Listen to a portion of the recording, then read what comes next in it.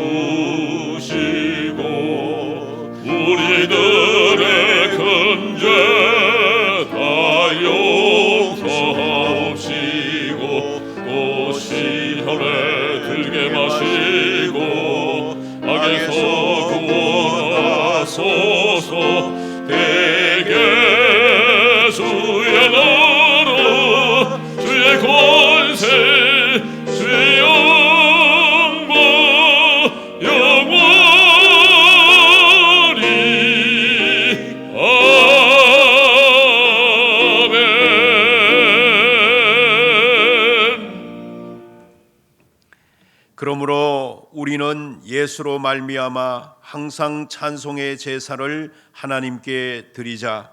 이는 그 이름을 증언하는 입술의 열매니라.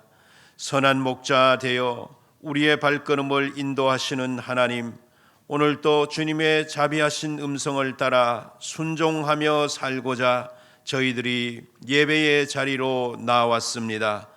저희들의 지친 몸과 마음을 푸른 초장 쉴만한 물가로 이끄시고 주님의 날개 그늘 아래서 평안을 누리게 하여 주옵소서.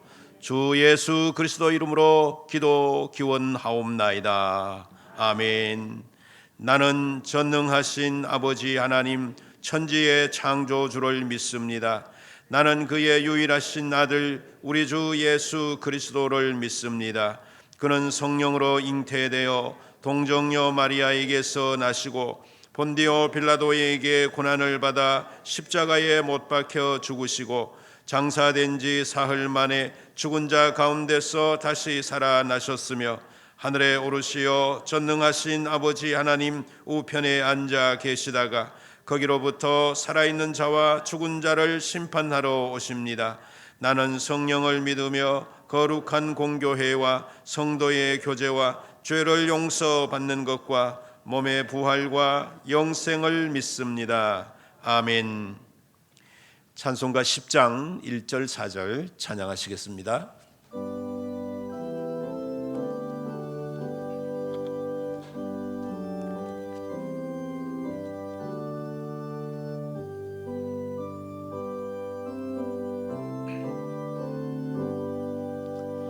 전능왕 오셔서 주 이름 찬송케 하옵소서. 영광과 권능의 성부여 오셔서 우리를 다스려 주옵소서. 성삼위 주께 안없는 찬송을 드립니다. 존귀한 주님을 영광 중 배우고 영원히 모시게 하옵소서.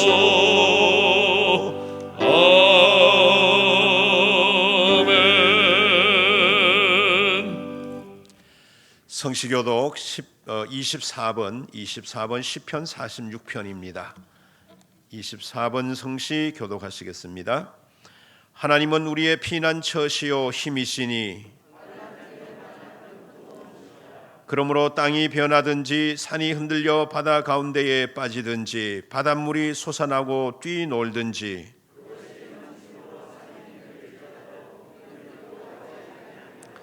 한 시내가 있어 나뉘어 흘러 하나님의 성 곧 지존하신 이의 성소를 기쁘게 하도다.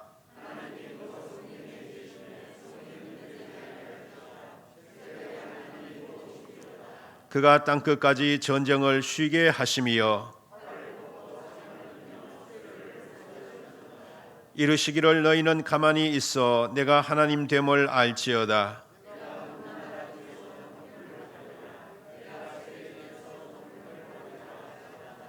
만군의 여호와께서 우리와 함께 하시니 아멘. 찬송가 540장 찬양하시겠습니다.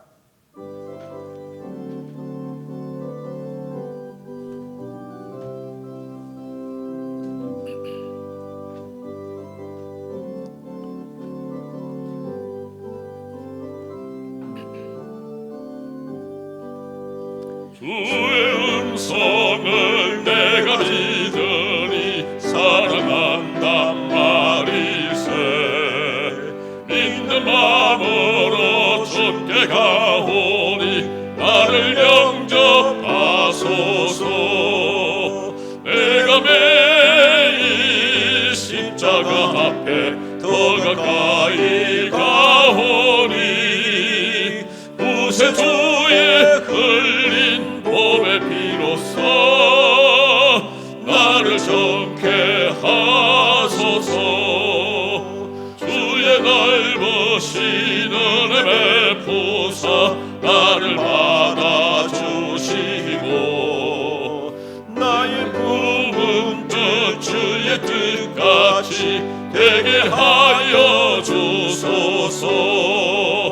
내가 매일 십자가 앞에 더 가까이 가오니 구세주의 흘린 봄의 피로써 나를 정케 하소서.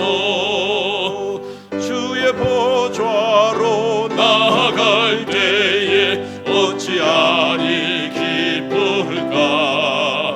주의 얼굴을 항상 배우니 더욱 친근합니다.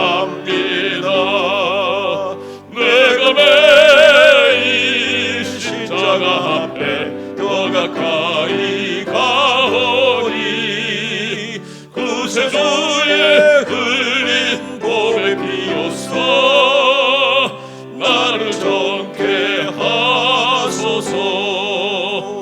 우리 구주의 넓은 사랑을 증명할 자 없으며 주의 기쁨도 헤아릴 수 없도다. 내가 매일 십자가 앞에 더 가까이 가오니 구세주의 흘린 봄의 피로써 나를 정케 하소서.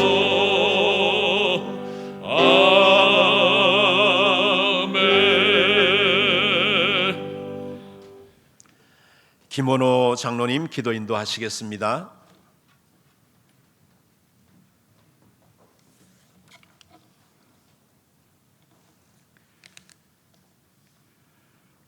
온 인류의 모든 역사를 주관하시는 전능하신 하나님, 아름답고 찬란하게 푸름을 더해가는 6월 첫 주일 세상의 빛이 되신 존귀하신 주님 앞에 나와 예배 드리게 하심을 감사드립니다. 독생자 예수 그리스도를 땅에 보내시고 십자가의 보혈로 우리를 구원하여 주신 구원의 은혜에 감격하며 구원의 기쁨으로 찬송과 영광을 올려드립니다.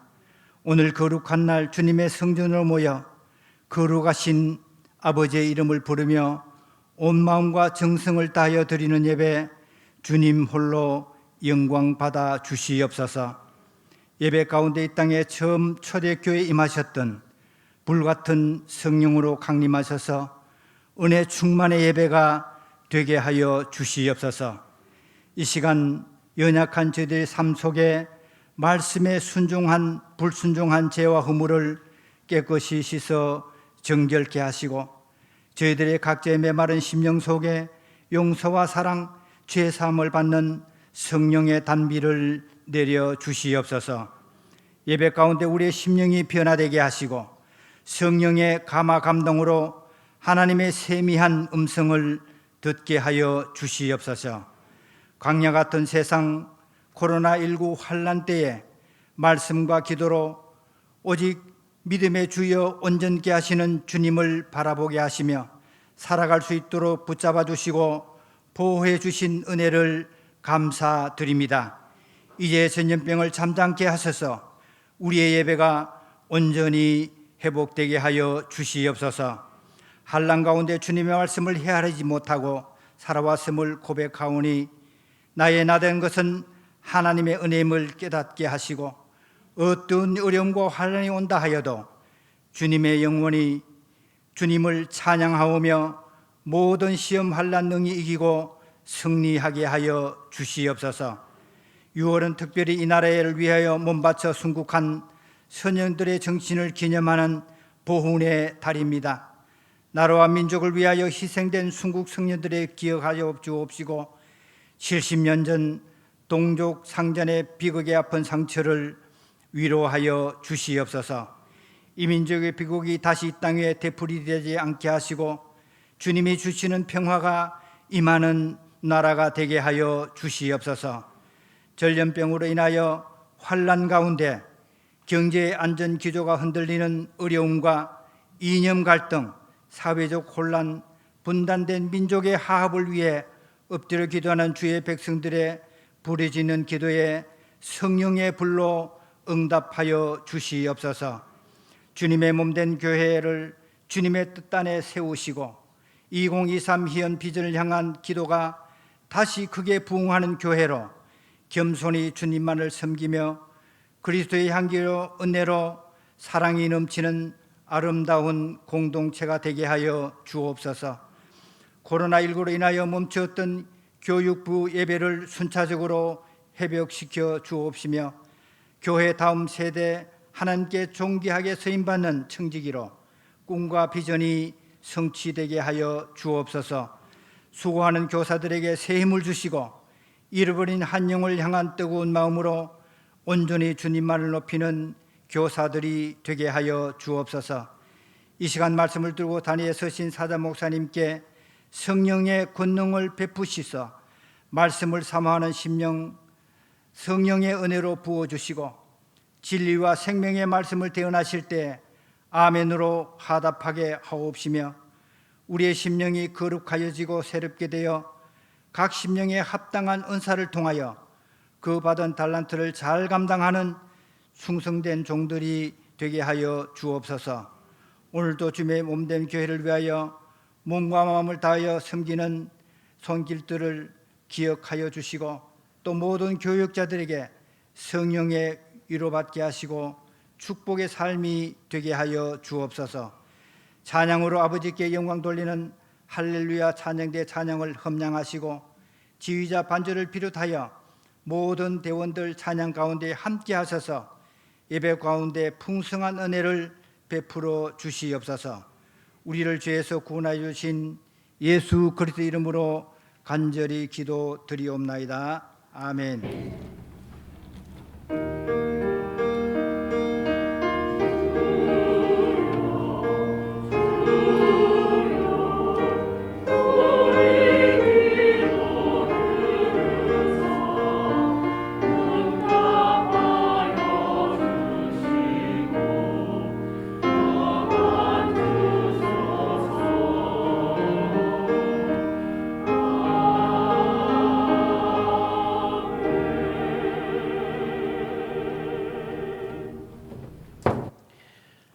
오늘 우리에게 주시는 하나님의 말씀은 고린도후서 제1장 3절에서 7절까지 되겠습니다. 신약성경 286쪽 고린도후서 제1장 3절에서 7절까지 봉독하겠습니다. 찬송하리로다. 그는 우리 주 예수 그리스도의 하나님이시요 자비의 아버지시요 모든 위로의 하나님이시며 우리의 모든 환난 중에서 우리를 위로하사 우리로 하여금 하나님께 받는 위로로서 모든 환난 중에 있는 자들을 능히 위로하게 하시는 이시로다. 그리스도의 고난이 우리에게 넘친 것 같이 우리가 받는 위로도 그리스도로 말미암아 넘치는도다. 우리가 환난 당하는 것도 너희가 위로와 구원을 받게 하려는 것이요 우리가 위로를 받는 것도 너희가 위로를 받게 하려는 것이니 이 위로가 너희 속에 역사하여 우리가 받는 것 같은 고난을 너희도 견디게 하느니라. 너희를 위한 우리의 소망이 견고함은 너희가 고난에 참여하는 자 된 것 같이 위로에도 그러할 줄을 알미라. 아멘. 교회 소식입니다.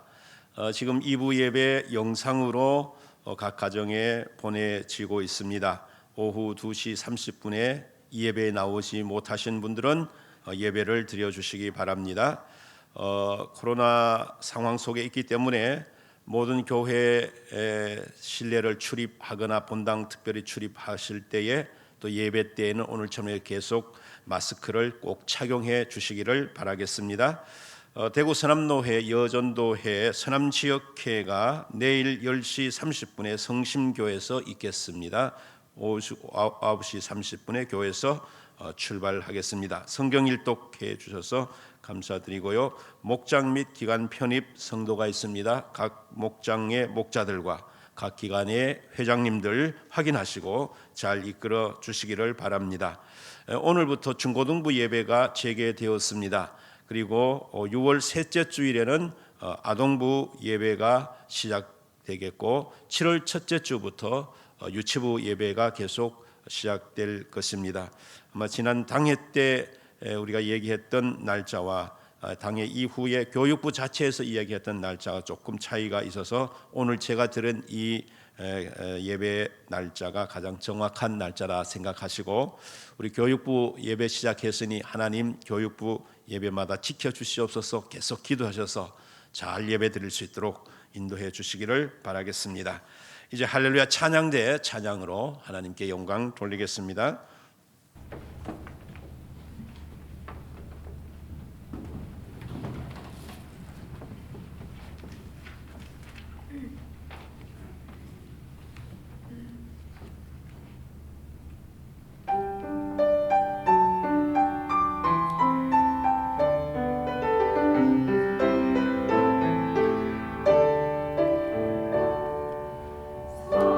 사랑하는 자들아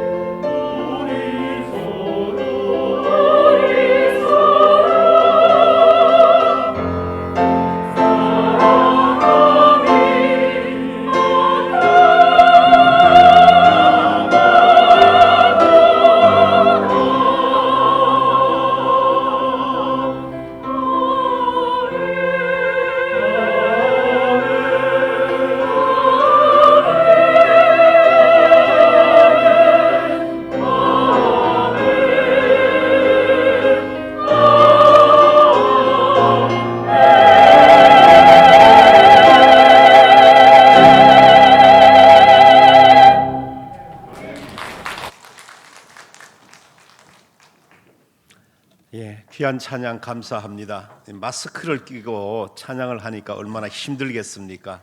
우리 지휘자도 마스크 끼시고 대중 찬송 인도하실 때 힘이 드실 터인데 그런 의미에서 또 감사하고요.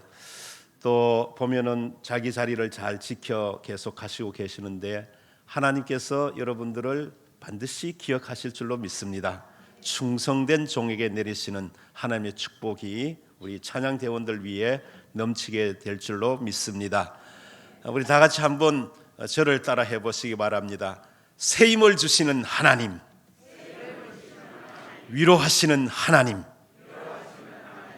예, 세상이 좀 힘들지만 우리 믿음 안에 있는 사람들은 가슴을 딱 펴고 웃으시고 그리고 감사로 살아가는 한 시간 한 시간이 되시기를 바랍니다. 코로나19가 조금 잠잠해지는가 싶더니 이제 서울과 경기 지역을 중심으로 해서 산발적인 확산이 끊어지지 않고 있는 것 같습니다. 그래서 서울 지역의 학교는 한 500개 이상 학교가 등교를 했다가 다시 휴교를 하게 되는 현상에 이르러 있습니다. 또 그러자 하니까 자연적으로 가게를 하거나 자영업을 하시는 분들이 오랫동안 쉬었다가 소망을 가졌었는데 다시 얼굴에 근심 걱정이 생기는 것을 역력히 볼 수 있게 됩니다. 그리고 요즘은 이제 거리에 나가서 만나는 사람들이 하시는 말 중에 이구동성의 말이 뭐냐 하면은 도대체 이게 언제 끝나느냐 이런 말들을 듣게 됩니다. 어느 교회 연세 많으신 권사님이 코로나 중에 수개월 동안 교회를 못 나오시게 되니까 그건 물론 자기 자신의 안전을 위해서이기도 하지만 연로하시기 때문에 혹시 나 때문에 다른 사람에게 피해를 주면 어쩌나 하는 마음으로 못 나오시고 있었는데 어느 날 목사님에게 이렇게 말씀하시더랍니다. 목사님, 몸은 살아있으되 마음은 사형 선고를 받은 것 같이 고통스럽습니다. 그렇게 말씀을 하시더랍니다. 그렇습니다. 이 코로나19가 우리 육체 건강은 물론이지만은 마음까지 갉아먹고 있는 것 같습니다. 7대 생활 수칙 중에 마지막 거리는 멀어도 마음은 가까이 하는 것이 있는데 사실 사람 만나기를 두려워하는 마음까지의 거리가 지금 우리 가운데 나타나고 있는 것 같고요. 또 게다가 오늘 우리처럼 이게 마스크를 끼고 있으니까 이 마스크 끼는 일이 계속되면서 우리 사회가 말마저도 잃어버려가는 그런 사회가 지금 되어가고 있습니다. 이처럼 힘든 상황을 보면서 지난 한 주간 동안 성도들에게 무슨 말씀을 전해줄까 이렇게 기도하면서 생각하고 있는데 위로라고 하는 단어가 생각이 났습니다. 그래서 위로에 합당한 하나님의 말씀 오늘 본문이 생각났고 오늘 본문에 보면 짧은 구절들이지만은 위로라고 하는 말이 거의 10번이 나와 있습니다. 그러니까 오늘 이 말씀의 주제는 바로 이 위로에 맞추어서 증거되고 있는 것입니다. 여러분 지금 말씀드린 것처럼 이런 현상으로 인해서 지금 우리 사회는 많은 분들이 우울증을 앓고 있습니다. 이런 현실 속에서 과연 누가 위로자가 되어서 이 비정상적인 사회를 정상적인 사회로 만드는 데 기여할 수 있겠습니까? 절망의 바다에 빠져서 희미하게 꺼져가는 등대를 향해서 그 등대를 향해서 힘겨운 항해를 하고 있는 상황 속에서 누가 도대체 그들에게 구원의 밧줄을 던져줄 수 있겠습니까? 오늘 우리가 주어진 이 본문에서 그런 부분에 대한 대답을 하나님께로부터 듣기를 원합니다. 이 먼저 본문 속에서 찾을 수 있는 대답은 궁극적으로 위로자이신 하나님을 우리가 전적으로 의지해야 한다라는 것입니다. 3절에 보면 이런 말씀이 있습니다. 찬송하리로다. 그는 우리 주 예수 그리스도의 하나님이시요 자비의 아버지시요 모든 위로의 하나님이시며 라고 말씀하고 있습니다. 지금 이 고린도 후서를 쓴 바울이 어떤 하나님을 발견하고 있는 것입니까? 예수 그리스도의 하나님, 자비의 아버지, 위로의 하나님을 발견하고 있습니다. 그런데 바울이 이 하나님을 발견하고 있는 상황을 보면은 참 독특한 상황 속에서 발견하고 있다 하는 것입니다. 우리 오늘 본문 읽지는 않았습니다만 본문 7절 바로 다음에 이어지는 말씀을 보면 이런 말씀이 있습니다. 형제들아, 우리가 아시아에서 당한 환난을 너희가 모르기를 원하지 아니하노니 심해에 겹도록 심한 고난을 당하여 살 소망까지 끊어지고 우리는 우리 자신이 사형 선고를 받은 줄 알았으니 라고 말씀합니다. 지금 어떤 상황입니까? 아주 심해 겹도록 심한 고난을 당하여 살 소망까지 끊어진 상황이라고 말하고 있습니다. 지금 어쩌면 코로나 속에 있는 세계적 상황과 같다라고 말할 수가 있습니다. 특별히 8절에 기록된 환난이라는 이 단어는 가슴에 압력이 가해져서 완전히 숨을 못 쉴 만큼 짓눌린 상태를 의미합니다. 그리고 더 나가서 9절에서 사형 선고까지 언급을 할 정도이니 인생 완전히 끝난 것 같다는 생각을 하는 것입니다. 도대체 아시아에서 바울이 받은 환난과 고통이 어떤 것이었기에 이렇게 극한 상황으로까지 말씀을 표현을 쓰고 있는 걸까요? 우리가 사도행전 19장에 보면은 특별히 바울이 아시아에서 겪은 일을 기록하고 있습니다. 아시아 에베소에서 겪은 일을 기억하고 있는데 그 에베소에 들어가서 바울이 아데미 여신상을 만들던 데메드리오라고 하는 사람으로부터 고발을 당하게 됩니다. 고발당한 이유는 바울이 우상을 섬기는 도시 에베소에서 복음을 전하니까 우상을 만들어 팔던 사람들마저도 복음을 받아들이고 사람이 변화되니까 우상 만들어 파는 사람들의 장사가 당연히 어떻게 되겠습니까? 잘 되지 않는 겁니다. 그래서 데메드리오라고 하는 우상을 만들어 파는 이 사람이 동종업계의 사람들을 이렇게 선동을 한 것입니다. 그래서 이 사건 때문에 바울과 함께 에베소에 복음을 전하던 동력자 가이오와 아리스다고라고 하는 사람이 잡혀가지고서 연극장 안으로 끌려가게 됩니다. 그러니까 바울의 마음이 안 편하지 않습니까? 어떻게 하든지 나도 저 속에 가서 저 사람들을 구해야 되겠다고 하는데 다른 제자들이 거기에 들어가면 위험하다고 극구 만류를 하지만 바울은 그 연극장 안으로 들어갑니다. 근데 본문 성경 그 성경에서 연극장이라고 표현했지만 사실은 저도 그 에베소 그 유적지에 가봤는데 에베소 거리를 쭉 따라 돌고 돌아가지고 마지막에 보면은 큰 원형 극장이 아직도 있어요. 이게 연극장이라기보다는 거기에 여러분들 영화 같은 데 보면은 왜 죄수들과 그리고 맹수들이 서로 막 싸우게 하면서 수많은 사람들이 모여서 그걸 구경하는 그런 장소입니다. 그러니까 거기 한번 들어가면 살아나오지 못하는 장소인데 지금 바울이 거기에 들어갔습니다. 그러니까 이게 뭡니까? 극한 절망의 상황을 맞이한 것입니다. 그런데 본문을 보면 이런 절체절명의 상황 속에서 바울이 이해하고 있는 하나님이 어떤 하나님이었느냐 하면 바로 말씀을 드린 대로 자비의 하나님, 위로의 하나님이라는 것입니다.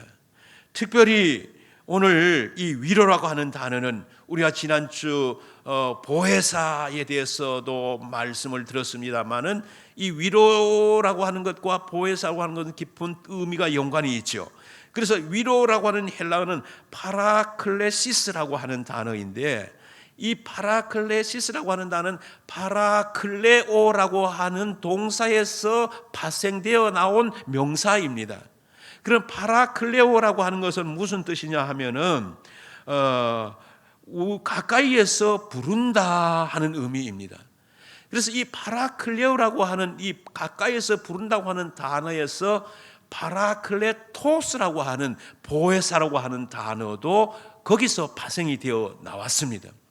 그러니까 지금 바울이 위로의 하나님, 파라클레시스의 하나님이라고 하는 그 하나님을 만났다고 하는 것은 무슨 뜻입니까?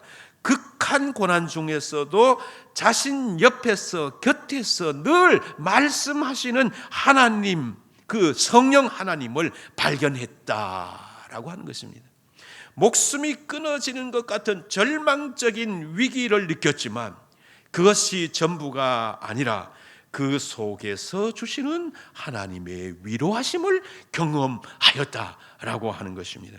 만약 바울에게 이 절체절명의 위기와 환난과 고통의 순간이 없었다면 어쩌면 내 곁에서 나를 위로하시는 그 하나님을 발견하지 못하셨을 수도 있었을 것입니다. 그러므로 우리가 그리스도인 신앙 안에서 본다면 우리에게 당하는 환난, 우리가 겪는 고통은 결코 고통과 환난으로만 끝나는 것이 아니라 그 고통과 환난 속에서 하나님이 주시는 놀라운 위로가 있다는 것을 우리가 발견하게 되는 것입니다. 그래서 우리가 코로나19 상황 속에서 어렵고 환난 속에 있지만 하나님은 이것을 영원토록 계속하게 하시는 않을 것임을 이 말씀에 의해서 우리는 확신을 하게 됩니다. 또한 이러한 어려움이 있다고 할지라도 어려움 중에서도 우리를 위로하시고 다 안 되는 것 같아도 잘 되는 부분이 있게 하시는 하나님의 위로하심이 우리 속에 있다는 것을 아시고 이 전능하신 하나님을 절대적으로 의지하고 신뢰하시는 여러분들이 되시기를 주님의 이름으로 축원드립니다. 바울이 발견한 것이 바로 그것입니다. 그래서 고린도후서 1장 9절에 보면은 이는 우리로 자기를 의지하지 말고 오직 죽은 자를 다시 살리시는 하나님만 의지하게 하려 하심이라 라고 말씀합니다. 유진 피터스는 이 구절을 메시지 성경에서 이렇게 번역하고 있습니다. 그 시기가 계속되는 동안 우리는 사형수가 된 것 같았고 모든 것이 끝난 줄 알았습니다. 그러나 나중에 안 일이지만 그 일은 무엇보다도 좋은 결과를 가져다 주었습니다. 왜냐하면 우리는 우리 자신의 힘이나 지식에 의지해 거기에서 벗어나려 하지 않고 하나님을 전적으로 신뢰할 수밖에 없었기 때문입니다 라고 했습니다. 여러분, 하나님을 전적으로 신뢰한다면 하나님은 우리가 겪는 환난과 고통에서 벗어나 큰 위로를 받게 해 주시는 줄로 믿습니다. 어느 성경학자는 모든 상황 속에서 매 순간 하나님만 의지하는 심정과 태도는 하늘에서 내리는 빗물만 의지하고 농사를 짓는 천수답과 같은 것이다, 이렇게 표현을 했습니다. 여러분, 실제로 우리가 성경을 보면 하나님께서 택하신 이스라엘 백성들이 들어가서 사는 그 가나안 땅은 계단식으로 된 그 천수답이었습니다. 신명기를 보면 하나님께서 약속하신 가나안 땅이 어떤 땅인지 애굽 땅과 비교하는 말씀이 기록되어 있습니다. 즉 읽어보시면 이런 뜻이죠. 내가 들어가 차지하려는 땅은 내가 나온 애굽 땅과 같지 아니하니 거기에서는 너희가 파종을 한 후에 발로 물대기를 채소밭에 됨같이 하였거니와 너희가 건너가서 차지할 땅은 산과 골짜기가 있어서 하늘에서 내리는 비를 흡수하는 땅이요 내 하나님 여호와께서 돌보아 주시는 땅이라 라고 말씀하고 있습니다.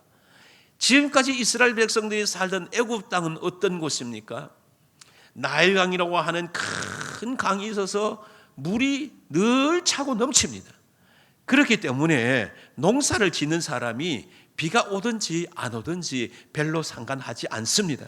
만약에 비 오지 아니하면 그 나일 강물을 끌어들여 가지고 물레방아 같은 걸 젖어 가지고서 이제 농토에 물을 대면 되는 겁니다. 그런데 이제 이스라엘 백성들이 들어가서 살 가나안 땅은 어떤 땅이냐 하면 그 땅이 별로 강도 없고 사막과 같은 모래 땅입니다. 그래서 비가 오면 즉시 땅 속으로 빗물이 다 흡수돼 버립니다. 그런 땅에서는 농사를 지을 수가 없습니다. 그런데 왜 하나님께서 이런 땅으로 이 자기 백성들을 인도하게 하셨느냐 하면은 그것은 그 땅에서 오로지 비를 내리시는 하나님만 바라보며 의지하며 전적으로 의존하며 살도록 하기 위한 것이었다는 것입니다. 그러면 하나님을 의지하면 어떻게 됩니까? 농사 파종을 씨를 뿌리기 전에, 여러분 우리가 농사 짓는 분들은 알잖아요. 겨울에 비가 잘 안 오고 눈이 조금 오면은 땅이 바싹 말라 있어요. 그 3월 달쯤 돼서 나가 보면은 막 마른 땅이 밭이 퍼석퍼석 먼지가 막 납니다. 그 이 땅에 그냥 씨앗을 심을 수 없잖아요. 그럼 어떻게 돼요? 하나님께서 그때에 그 무렵에 하늘에서 비를 내려 주셔야 되는 겁니다. 그래서 봄비가 내리는 겁니다. 봄비가 내리면 옳다 됐다 하고 농부들이 쟁기를 들고 가가지고서 밭에 가서 소를 앞서 밭을 갈잖아요. 그러면 습기를 먹은 그 땅이 부들부들해지고 그 부들부들해진 땅에 씨앗을 뿌리면 씨앗이 습기를 머금고 태양빛을 머금고 바람길을 머물면서 싹을 발아하게 되는 겁니다. 그러니까 이스라엘 백성들도 이제 씨를 뿌릴 때 어디를 바라봐야 합니까? 어디를 바라봐야 해요? 하나님을 바라봐야 합니다. 하나님이 이때에 비를 내려주시기를 바라는 겁니다. 그래서 농사를 지을 때 적절한 시기에 전능하신 하나님만 바라보고 비를 내려주시기를 간절히 바라는 그런 백성이 되게 하도록 하나님께서 허락하여 주셨다고 하는 것입니다. 이것은 이스라엘 백성들로 하여금 전적으로 하나님만 의지하며 살도록 해 주시기 위해서였다는 것입니다. 어떤 목사님이 자기 자신에 대해서 이제 이런 말을 했습니다. 하나님 외에는 부러워할 것이 없는 진짜 목사가 되기 위해서 내 자신을 늘 하나님께 드리자. 하나님 한 분만으로 만족하는 그런 사역자가 되어보자 하고 자기 자신을 날마다 되새김질하고 그랬답니다. 여러분, 우리도 그런 삶을 살아야 될 줄로 믿습니다. 여러분, 한평생 신앙생활을 하면서 세상 것이 하나도 부럽지 않고 오직 하나님 한 분만으로 만족하는 신앙의 삶을 살아갈 수 있게 되시기를 주님의 이름으로 축원드립니다. 이런 의미에서 오늘 시편 말씀을 한번 보십시오. 여호와께 피하는 것이 사람을 신뢰하는 것보다 나으며 여호와께 피하는 것이 고관들을 신뢰하는 것보다 낫도다라고 말씀하고 있습니다. 사랑하는 성도 여러분, 지금 우리 앞에 눈앞에 펼쳐지고 있는 안타까운 상황을 바라보면서 도대체 누구를 신뢰하고 의지할 것입니까? 시편 기자가 발견했던 그 위로의 하나님, 사도 바울이 전적으로 의지했던 그 위로의 하나님, 그 하나님을 발견하고 전적으로 의지하는 저와 여러분이 되시기를 주님의 이름으로 축원드립니다. 우리가 그렇게 삶을 살아갈 때에 우리를 둘러싼 모든 어두운 장막이 걷히고 새 소망의 빛이 우리 앞에 나타나게 될 줄로 믿습니다. 하나님만 이렇게 의지하는 저와 여러분 되시기를 주님의 이름으로 축원드립니다. 둘째로, 이 절망의 상황에서 소망의 상황으로 변화시키기 위해서 본문에서 얻을 수 있는 교훈은 우리가 바로 위로자 역할을 해야 한다는 것입니다. 여러분, 위로의 하나님으로부터 위로를 받고 세임을 받았으면 우리가 받은 그 위로를 가지고 이웃에게 나누어 전달해야 한다는 것이지요. 오늘 본문을 보면 바울은 하나님으로부터 위로를 받은 이유를 이렇게 말하고 있습니다. 우리의 모든 환난 중에서 우리를 위로하사 우리로 하여금 하나님께 받은 위로로서 모든 환난 중에 있는 자를 능히 위로하게 하시는 이시로다. 하나님께서 환난과 고통 중에 있는 우리에게 찾아오셔서 위로해 주시고 우리 마음을 새롭고 밝게 해 주시는 이유는 바로 내 주변에 환난당하고 고통당하는 사람, 그 사람들을 위로하게 하시기 위함이었다라는 말씀입니다. 그런 관점에서 오늘 본문 6절을 보면 이렇게 말씀하고 있습니다. 우리가 환난을 당하는 것도 너희가 위로와 구원을 받게 하려는 것이요 우리가 위로를 받는 것도 너희가 위로를 받게 하려는 것이니 이 위로가 너희 속에서 역사하여 우리가 받는 것 같은 고난을 너희도 견디게 하느니라. 다른 사람을 위로하고 그들로 하여금 구원에 이르도록 하기 위하여 우리가 환난 당하고 그 환난 속에서 하나님께서 위로해 주시는 경험도 하게 되었다는 것입니다.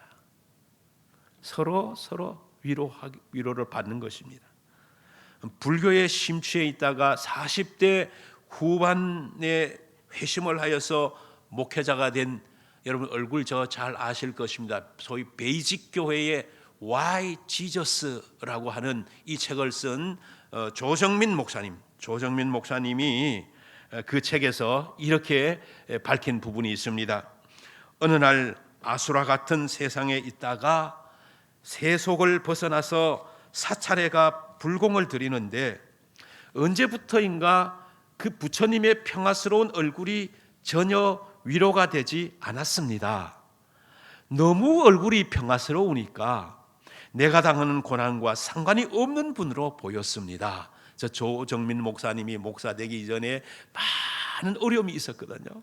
그러니까 부처님이 너무 평화스러운 얼굴만 하고 계시니까 지금 자기가 겪고 있는 그 고통과는 동떨어져 있는 사람처럼 보여지니까 그게 별로 위로가 되지 않았다는 것입니다. 그런데 보십시오. 이런 말을 연결하고 있습니다.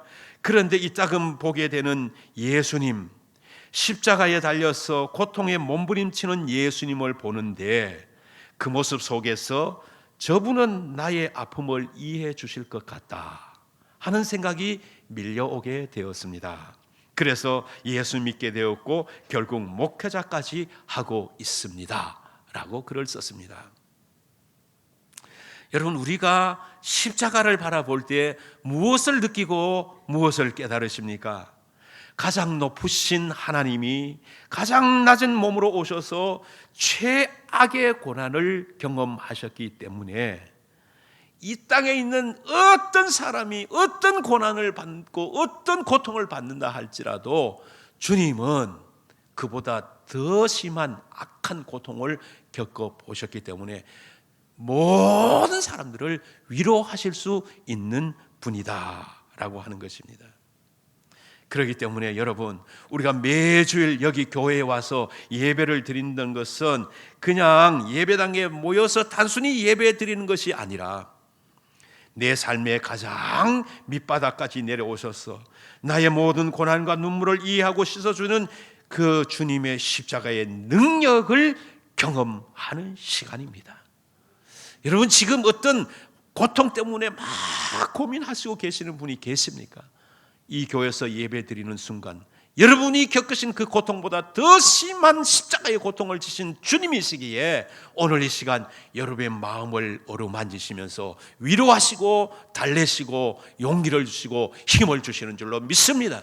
오늘 교회에서 그 위로를 받아가지고 또다시 세상 속으로 나가 승리하는 삶을 살아가시기를 주님의 이름으로 축원드립니다.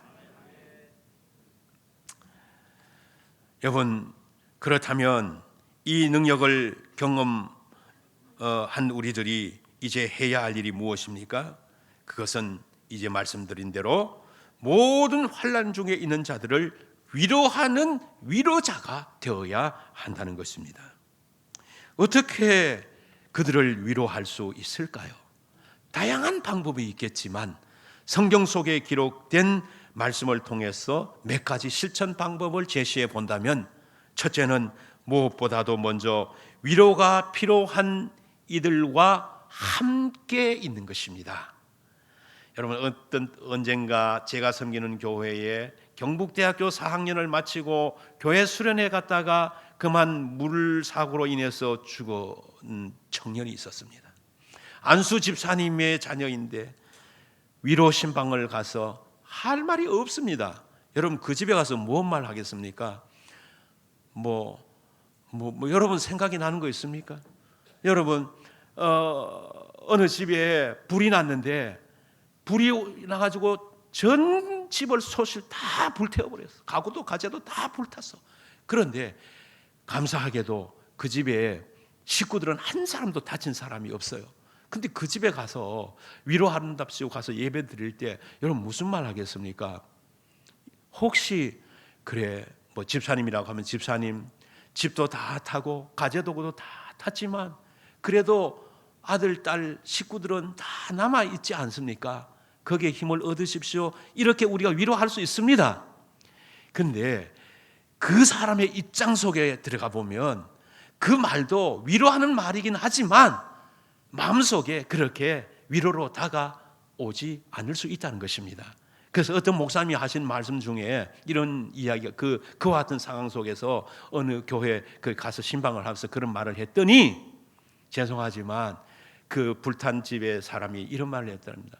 기도하면서 하나님 저 사람도 우리 집처럼 다 불타 볼 수 있게 해 주시면 내 마음을 알 수 있을 것 같습니다. 이렇게 기도했다는 겁니다. 뭐 그 기도가 잘한 기도라고 말할 수는 없지만 지금 말하고 하는 요지는 그 심한 환난 고통 속에 있는 사람이 가서 무슨 말로도 사실은 위로가 되지 않는다는 겁니다.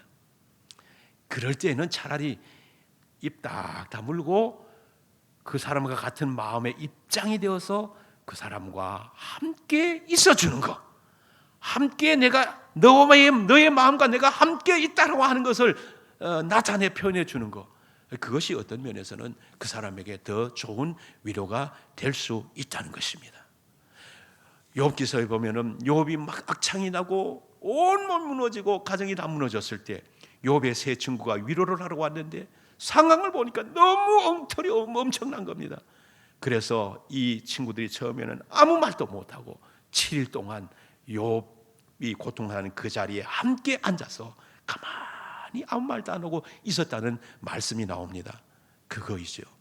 심한 고통 속에 있을 때 우리는 어떻게 그들을 위로할 수 있느냐, 그들과 함께 해주는 것, 이것이 오히려 위로가 될 수 있다는 겁니다. 두 번째는 우는 자들과 함께 울어주라는 것입니다. 로마서 12장 5절에 그 말씀이 있죠. 우는 자들과 함께 울라 그랬습니다. 이것도 같은 맥락입니다. 그냥 그 말씀대로 그저 함께 공감하고 함께 이해하면서 울어주는 겁니다. 옆에 가서요. 그 사람은 막 울고 있는데 나는 눈물 한 방울 안 흘린다면 내가 공감대 형성하고 있다고 볼 수 있겠습니까? 그런데 만약 그 당한 사람이 멀리 떨어져서 물리적으로 가까이 갈 수가 없을 때는 어떻게 해야 할까요?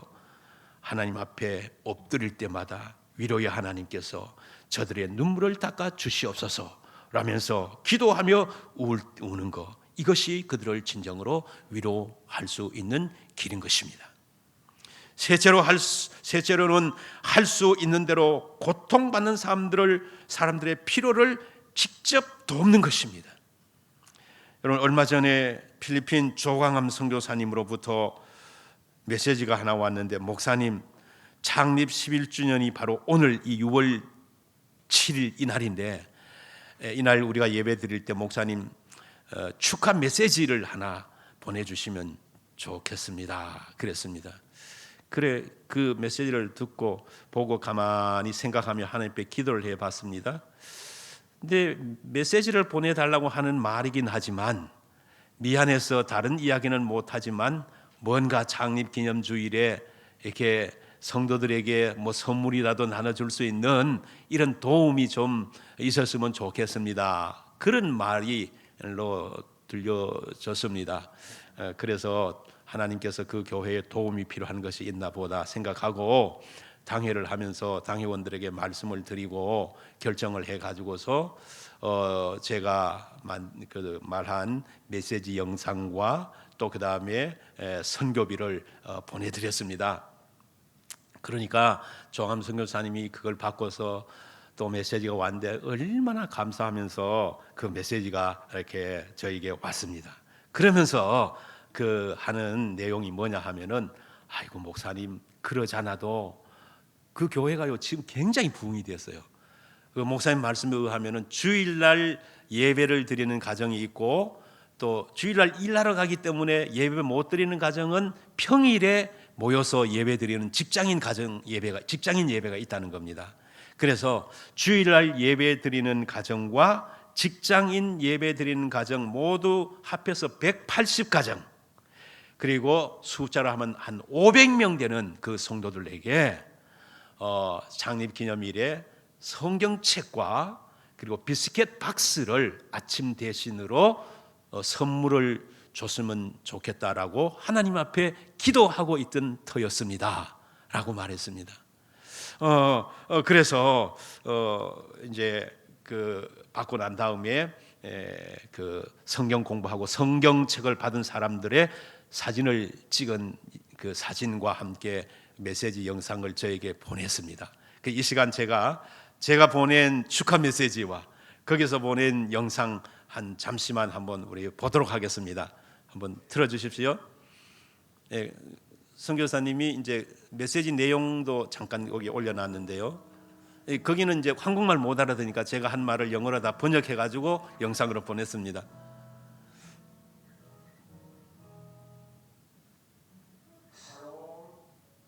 안녕하세요. 대한민국 대구 남명교회 강경일 목사입니다. 필리핀 까인다 남명선교교회 창립 11주년을 진심으로 축하드립니다. 지난 2010년 3월 9일 남명선교교회 성도들과 함께 대구 남명교회 성도 12명이 이 자리에서 창립 예배를 드린 일이 눈에 선합니다. 그리고 교회 주변으로 선물을 들고 봉사활동을 나갔던 일들도 생각나고요. 남명선교교회가 오늘의 교회로 성장할 수 있었던 것은 무엇보다도 하나님께서 함께 하시며 조강 선교사님과 임수연 사모님과 남명선교교회 성도들의 수고와 헌신이 있었기 때문인 줄 믿습니다. 앞으로도 필리핀과 세계 선교를 위해 쓰임받는 교회, 이웃을 섬기고 사랑하는 교회, 다음 세대들을 영적 리더로 길러내는 교회로서 하나님께 영광이 되고 하나님의 은혜를 세상 속으로 흘러보내는 축복의 통로가 되기를 진심으로 바랍니다. 주님 다시 오시는 날까지 믿음을 지키며 예수 그리스도 안에서 사랑과 믿음과 소망의 공동체로 든든히 서가기를 바라며 다시 한번 필리핀 까인다 남명선교도의 창립 11주년을 진심으로 축하드립니다. 감사합니다. 그리고 그때 10년 전에 찍은 사진들이 있어서 좀 올려봤습니다. 저기가 교회 내부입니다. 그때 어린이들이 지금은 이제 청년 결혼도 하고 이런 청년들도 있겠죠. 우리 가셨던 장로님들 권사님들 한 자리에서 찍은 사진이고 권사님들만 찍은 사진이고 그다음에 이제 주변에 이제 선물을 들고 나가서 선물 전달하고 또 소독과 방역도 했는데요. 저기 이제 방역기를 들고 서 있습니다, 장로님들이. 그리고 양호원 장로님이 아주 힘차게 방역을 하는 장면입니다. 그리고 이제 이번에 그 선교사님이 보내온 영상인데요. 저 메시지도 함께 보내셨어요.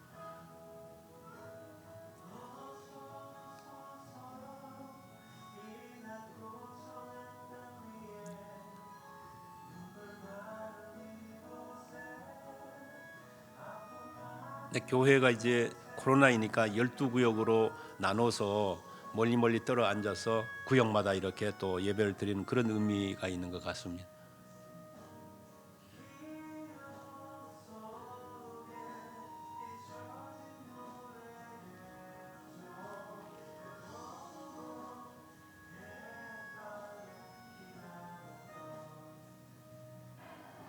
저 이제 그 매일 미스바 기도회를 한다고 적혀 있었거든요. 저 기도회 하는 장면인 것 같아요. 지금 이제 저렇게 기도회를 하고 물론 저 기도 속에 우리 남명교회를 위한 기도도 있을 겁니다. 저게 이제 가르치는 성경을 가르치고 저게 이제 성경책 그 전면 표지입니다. 그래서 저기 이제 성경책을 이렇게 들고 사모님이 들고 계시고 저 사람들이 이제 성경책을 다 선물로 받아가지고 자랑하고 있는 그런 내용입니다. 예, 여러분 좋으시죠? 우리들이 하나님 앞에 선교 헌금을 드려서 필리핀이라고 하는 저 땅에 500명이라고 하는 성도들이 하나님을 믿고 사랑하며 섬기며 살고 있다고 하는 거 생각하면 참으로 감사하면서도 오늘 이 시간 하나님께로부터 그동안 우리가 선교 예물을 드린 것에 대한 큰 위로를 받습니다. 저 까인타라고 하는 지역은 필리핀의 수도 마닐라에서부터 차를 타고 1시간 정도 가는 그리 멀지 않는 곳이지만 아까 보셨지만 그 교회 주변은 빈민들이 사는 지역입니다. 그래서 이 빈민들이 아무 돈도 없고 하니까 교회에서 계속 뭐 선물을 갖다 주고 일자리를 마련해 주고 또 교회에서 재봉틀을 갖다 놓고 뭘 만들어 가지고 수입을 이렇게 올리기도 하고 막 이런 일을 하는 겁니다. 그래서 저렇게 고통스럽게 살아가는 사람들에게 하나님의 위로를 받은 우리들이 다가가서 도움으로 위로를 주라. 본문 말씀이 그런 말씀입니다. 그래서 저분들은 우리들을 통해서 도움을 받음으로 위로를 받지 않겠습니까?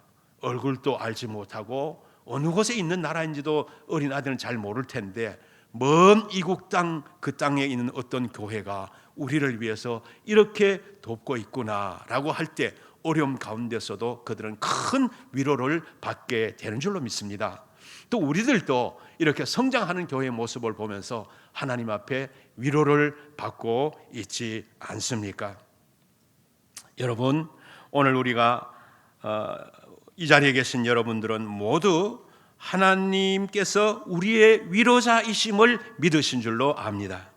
그렇다면 여러분은 위로하시는 하나님의 은혜를 날마다 경험하게 될 줄로 믿습니다. 힘들고 고통스러운 상황에서 하늘 위로를 받은 우리들이 또 다른 위로자, 또 다른 치료자가 되어서 눈물 흘리는 우리 이웃들을 위로할 때 기적이 일어날 줄로 믿습니다. 지난주에는 한 성도님께서 코로나 가운데서 어려움을 당하는 사람들을 위해서 써달라고 금일봉을 이렇게 헌금을 하신 성도님도 우리 교회에 계십니다. 바로 그거지 않습니까? 그렇게 위로를 하는 것입니다. 그러므로 치유의 하나님께서 궁극적으로 이런 위로를 통해서 우리를 회복시켜 주시고 우리가 당하는 이 코로나 상황도 회복시켜 주시고 결국에 가서는 하나님께 찬양을 드리고 감사하는 은혜의 시간들로 인도해 주실 줄로 믿습니다. 그러므로 사랑하는 성도 여러분, 언제 어디서나 무슨 일을 만나든지 그 속에서 위로의 주님을 바라보는 우리 모두가 되시기를 주님의 이름으로 축원드립니다. 기도하겠습니다. 위로의 주님, 우리에게 위로하심을 감사합니다. 받은 위로로 우리도 어려움을 당하는 자의 위로자가 될 수 있게 하여 주옵소서. 우리가 겪는 어려움들 반드시 극복하고 하나님의 평안과 기쁨이 임하는 우리 가정, 우리 교회, 이민족이 되게 해 주실 줄로 믿사오며 예수 그리스도 이름으로 기도드리옵나이다. 아멘. 찬송가 220장 찬양하시겠습니다.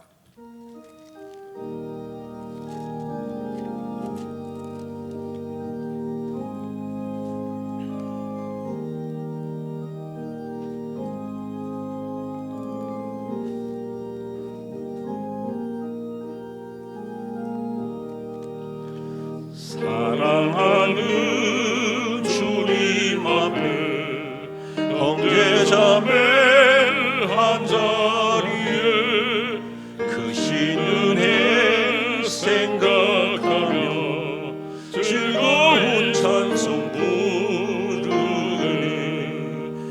내 주 예수 본을 받아 모든 사랑 환난 근심 위로하고 진심으로 사랑하세. 사랑하는 주님 앞에 온갖 충성 다 바쳐서 외로운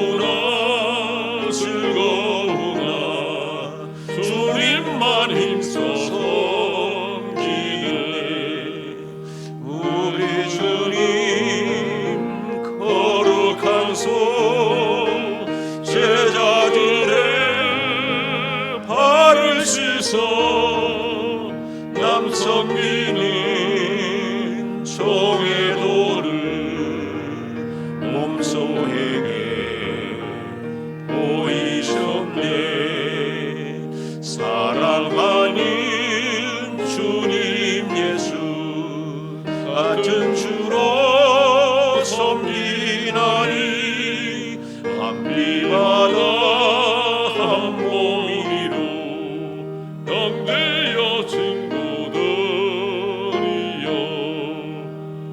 한 몸같이 친밀하고 마음으로 하나 되어 우리 주님 크신 뜻을 지성으로 준행하세. 진정으로 우리를 사랑하시는 주님 앞에 귀한 예물을 돌려드립니다. 이 예물을 받으시고 거룩한 일에 힘있게 사용되게 하실 뿐 아니라 드리는 손길 위에 복의 복을 더하시고 반드시 내가 너를 복주고 복주리라 하신 약속의 말씀대로 신령한 복, 재물의 복, 건강의 복, 자녀의 복, 모든 일이 형통케 되는 복이 온 성도들 머리 위에 임할 수 있게 하여 주시옵소서. 예수 그리스도 이름으로 기도드리옵나이다. 아멘. 이제 다 일어나셔서 620장 1절 찬양만 하시겠습니다. 1절만 찬양하시겠습니다.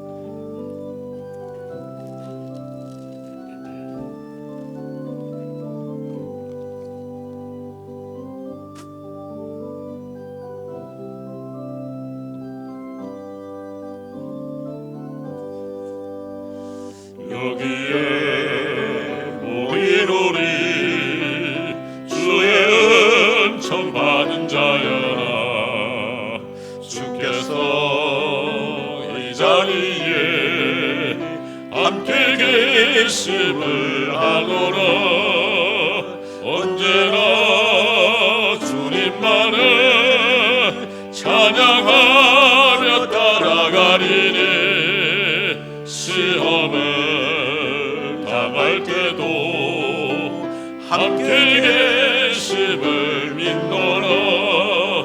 이 믿음도 굳세라. 주가 지켜주신다. 어두운 밤에도 주의 밝은 빛 인도하여 주신다. 지금은 우리의 생명이요 소망이요 진리가 되신 예수 그리스도의 은혜와 우리를 위해 십자가 지심으로 고통을 겪으시며 우리의 모든 고통을 아시고 위로하시는 주 예수 그리스도의 크신 위로하심과 오늘도 우리 가운데 내주하셔서 항상 주의 뜻을 따라 살도록 인도하시는 성령님의 충만하신 은총이 받은 위로로서 우리도 위로자 되어 세상을 변화시키기로 다짐하는 남명의 모든 교우들과 그 가정들 위해 영원토록 함께 하시기를 간절히 축원하옵나이다. 아멘.